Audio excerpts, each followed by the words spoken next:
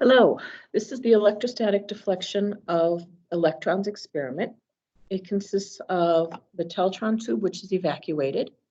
The evacuation is so that the electrons that are going to be moving down the tube do not interfere and interact with air molecules. Okay? And two high voltage power supplies. They're going to look something like this, one on each side.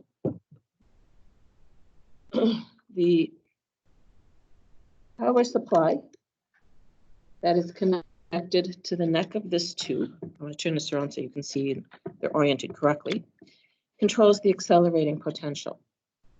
In your experiment, this will be set to 1 kilovolt or 1,000 volts.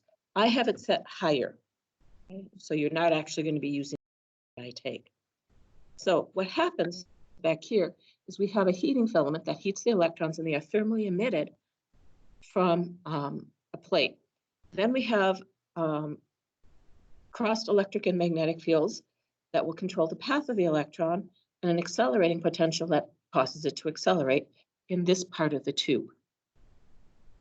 The second power supply is connected to the plates that are in the bulb of the tube.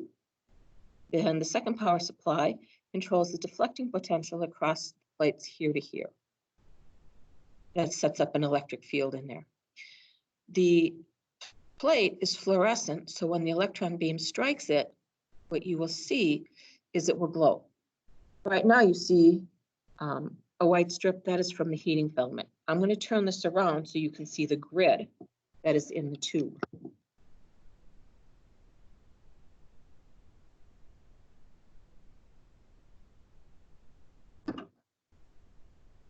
I don't know what this is down here. It's not here on mine. It's might be maybe it's a reflection of the computer screen. I don't really know.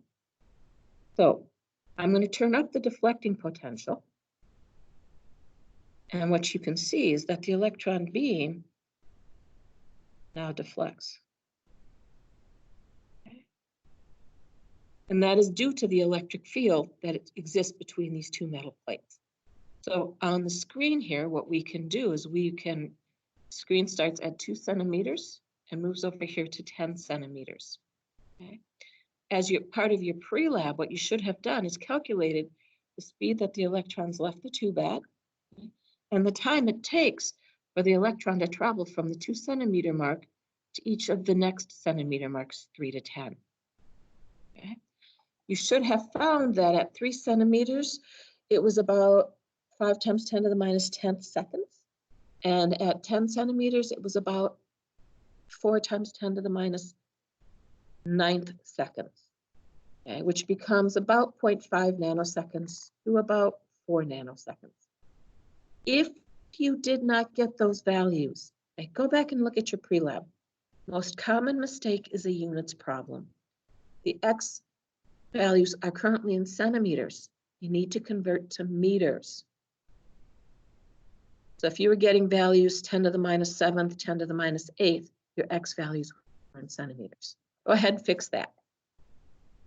Now,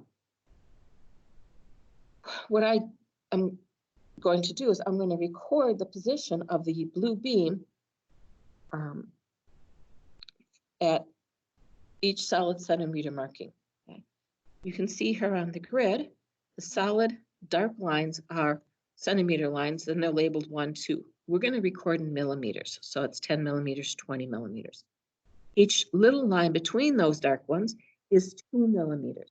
So we can estimate to the 1 millimeter, maybe 0.5 millimeters. Okay. I've already done that, and I've recorded the data. So what I'm going to do is I'm going to pause this. I'm actually going to stop it, and then we're going to come back, and I'm going to walk you through some analysis.